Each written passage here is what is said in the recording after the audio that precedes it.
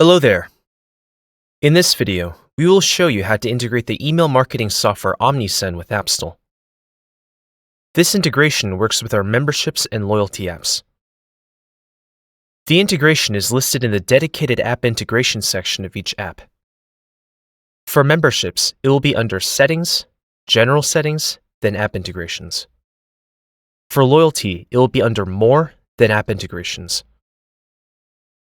The process for each integration varies slightly, but generally follows a similar basic process, typically involving rules or API keys that can either be extracted or created in any available app, and this is true for Omnisend as well.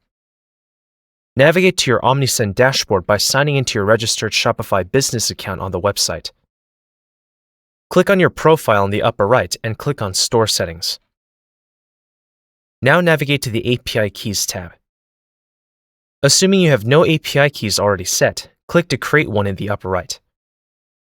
Name your key, and then you will have the option to set custom permissions.